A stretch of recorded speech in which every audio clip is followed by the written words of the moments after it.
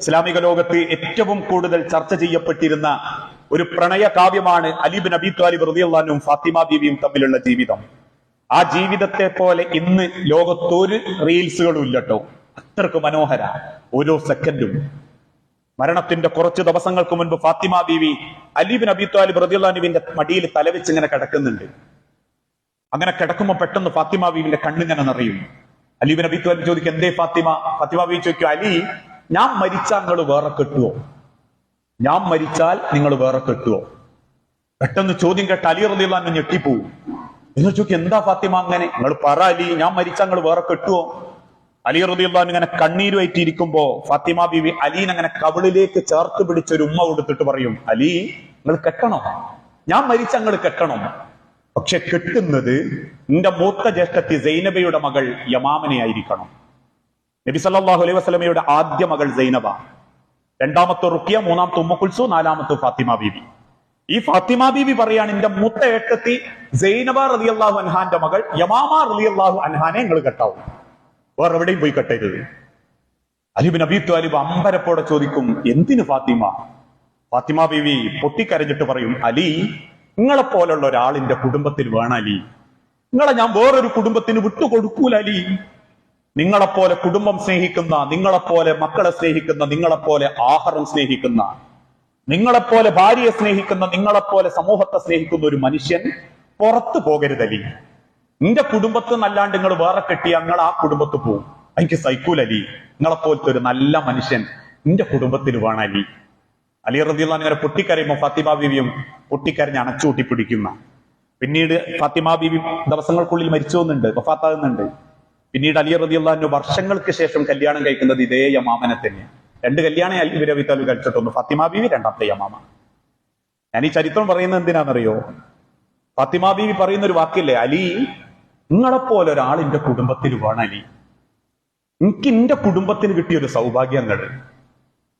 ഇനി നമ്മളൊന്ന് വീട്ടിൽ പോയി ചോദിച്ചു നോക്കി, ഇന്ന് രാത്രി അല്ലേ ഞാൻ മരിച്ചപ്പോ പെണ്ണുങ്ങൾ ചോദിക്കാം നമ്മളോട്, നിങ്ങൾ വേറെ കെട്ടുവോ? നമ്മളിങ്ങനെ മുക്കി മൂളിയൊക്കെ ഇരിക്കുമ്പോൾ തന്നെ ആദ്യം പറയും, കെട്ടിക്കോളി, എന്റെ കുടുംബത്തിൽ നിന്ന് കെട്ടണ്ടേ, നിങ്ങളെ ഞാനോ സഹിക്കേണ്ടത് സഹിച്ചു. ഇനി തിരിച്ചു അങ്ങോട്ടാണെങ്കിൽ ആലോചിച്ച് നോക്കി, മനസ്സുകൊണ്ട് ഇങ്ങനെ ആലോചിക്കോളൂ പറയും, നിങ്ങൾ എന്റെ കുടുംബത്തിൽ തന്നെ കെട്ടണം കേട്ടോ, എന്റെ കുടുംബക്കാരെയിൽ എന്നെ കെട്ടണം എന്ന് പറഞ്ഞാൽ നമ്മള് മനസ്സുകൊണ്ട് എന്താ ആലോചിക്കാം, എന്നെ തന്നെ കെട്ടിക്കുടുങ്ങി, ഇനിയിപ്പൊ എന്റെ കുടുംബത്തിലേക്ക് ഇനിയോ. ഇത് മനുഷ്യന്റെ വ്യക്തിത്വമാണ്. ഒരു മനുഷ്യന്റെ സ്വയം വ്യക്തിത്വമാണ്. അള്ളാന്റെ ഹബീബ് അത്രേ പറഞ്ഞിട്ടുള്ളൂ, നിങ്ങൾക്ക് വില വേണ്ടത് അവനാന്റെ കുടുംബത്തിലാ, നാട്ടിലല്ല, സമൂഹത്തിലല്ല, പദവിയിലും പത്രാസിലും അല്ല. അതൊക്കെ നിങ്ങൾക്ക് കിട്ടുന്നുണ്ടെങ്കിൽ നിങ്ങൾ ദുനിയാവ് ആഗ്രഹിച്ചതുകൊണ്ടാ. ദുനിയാവിൽ നിങ്ങൾ എന്തോ മായത്തപ്പെട്ടു പോയതുകൊണ്ട് നാളെ പടച്ചോന്റെ അടുത്തേക്ക് പോകുമ്പോൾ സ്വന്തം വീട്ടിൽ നിന്ന് ഒരു നല്ല വാക്കും നല്ല സ്വഭാവവും കിട്ടി തിരിച്ചു പോകാൻ പറ്റിയ ഓൻ ആഹാരത്തെ സ്നേഹിച്ചോനാ. ദുനിയാവ് നമ്മളെ വഞ്ചിച്ചിട്ടുണ്ടോ അല്ലേ എന്നുള്ളത് നമ്മൾ സ്വയം ചിന്തിക്കുക. അള്ളാഹു അനുഗ്രഹിക്കുമാറാകട്ടെ. അള്ളാഹുവെ, അറിഞ്ഞുമറിയാതെ ഇസ്ലാമിക ലോകത്ത് ഏറ്റവും കൂടുതൽ ചർച്ച ചെയ്യപ്പെട്ടിരുന്ന ഒരു പ്രണയ കാവ്യമാണ് അലി ബിൻ അബി ത്വാലിബ് റളിയല്ലാഹു അൻഹും ഫാത്തിമ ബീവിയും തമ്മിലുള്ള ജീവിതം. ആ ജീവിതത്തെ പോലെ ഇന്ന് ലോകത്തൊരു റീൽസുകളും ഇല്ലട്ടോ. അത്രക്ക് മനോഹര. ഓരോ സെക്കൻഡും. മരണത്തിന്റെ കുറച്ച് ദിവസങ്ങൾക്ക് മുൻപ് ഫാത്തിമ ബീവി അലി ബിൻ അബി ത്വാലിബ് റളിയല്ലാഹു അൻഹുവിന്റെ മടിയിൽ തലവെച്ച് ഇങ്ങനെ കിടക്കുന്നുണ്ട്. അങ്ങനെ കിടക്കുമ്പോൾ പെട്ടെന്ന് ഫാത്തിമ ബീവിന്റെ കണ്ണിങ്ങനെ നിറയും. അലി ബിൻ അബി ത്വാലിബ് ചോദിക്കും, എന്തേ ഫാത്തിമ? ഫാത്തിമ ബീവി ചോദിക്കും, അലി, ഞാൻ മരിച്ചാൽ നിങ്ങൾ വേറെ കെട്ടുവോ? ഞാൻ മരിച്ചാൽ നിങ്ങൾ വേറെ കെട്ടുവോ? പെട്ടെന്ന് ചോദ്യം കേട്ട അലി റളിയല്ലാഹു അൻഹു ഞെട്ടിപ്പോവും. എന്ന് ചോദിക്കും, എന്താ ഫാത്തിമ അങ്ങനെ? നിങ്ങൾ പറ അലി, ഞാൻ മരിച്ചാൽ നിങ്ങൾ വേറെ കെട്ടുവോ? അലി റളിയല്ലാഹു അൻഹു ഇങ്ങനെ കണ്ണീരുമായിട്ടിരിക്കുമ്പോ ഫാത്തിമ ബീവി അലീനെ അങ്ങനെ കവിളിലേക്ക് ചേർത്ത് പിടിച്ചൊരു ഉമ്മ കൊടുത്തിട്ട് പറയും, അലി, നിങ്ങൾ കെട്ടണം, ഞാൻ മരിച്ചാൽ നിങ്ങൾ കെട്ടണം. പക്ഷെ കെട്ടുന്നത് നിന്റെ മൂത്ത ജ്യേഷ്ഠത്തി സൈനബയുടെ മകൾ യമാമനെ ആയിരിക്കണം. നബി സല്ലല്ലാഹു അലൈഹി വസല്ലമയുടെ ആദ്യ മകൾ സൈനബ, രണ്ടാമത്തെ റുഖിയ, മൂന്നാമത്തെ ഉമ്മു കുൽസൂം, നാലാമത്തെ ഫാത്തിമ ബീവി.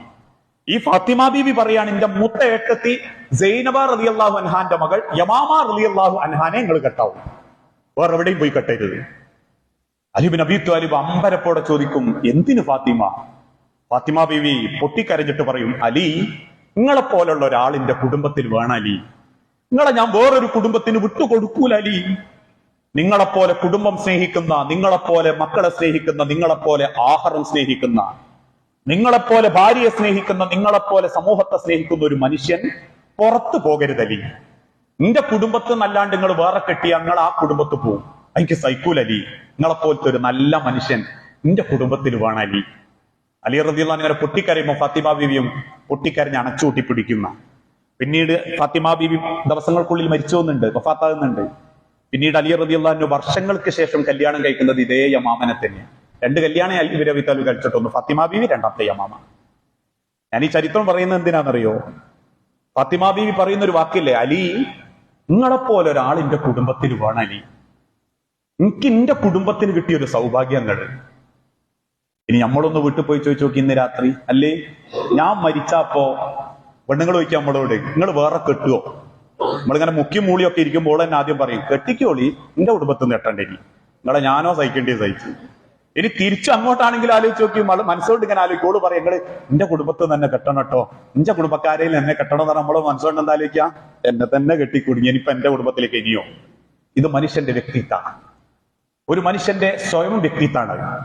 അള്ളാന്റെ ഹബീബ് അത്രേ പറഞ്ഞിട്ടുള്ളൂ, നിങ്ങൾക്ക് വില വേണ്ടത് അവനാന്റെ കുടുംബത്തിലാ, നാട്ടിലല്ല, സമൂഹത്തിലല്ല, പദവിയിലും പത്രാസിലും അല്ല. അതൊക്കെ നിങ്ങൾക്ക് കിട്ടുന്നുണ്ടെങ്കിൽ നിങ്ങൾ ദുനിയാവ് ആഗ്രഹിച്ചതുകൊണ്ടാണ്, ദുനിയാവിൽ നിങ്ങൾ എന്തോ മായത്തപ്പെട്ടു പോയതുകൊണ്ടാണ്. നാളെ പടച്ചോന്റെ അടുത്തേക്ക് പോകുമ്പോൾ സ്വന്തം വീട്ടിൽ നിന്ന് ഒരു നല്ല വാക്കും നല്ല സ്വഭാവവും കിട്ടി തിരിച്ചു പോകാൻ പറ്റിയ ഓൻ ആഖിറത്തെ സ്നേഹിച്ചോനാണ്. ദുനിയാവ് നമ്മളെ വഞ്ചിച്ചിട്ടുണ്ടോ അല്ലേ എന്നുള്ളത് നമ്മൾ സ്വയം ചിന്തിക്കുക. അള്ളാഹു അനുഗ്രഹിക്കുമാറാകട്ടെ. അള്ളാഹുവെ അറിഞ്ഞുമറിയാതെ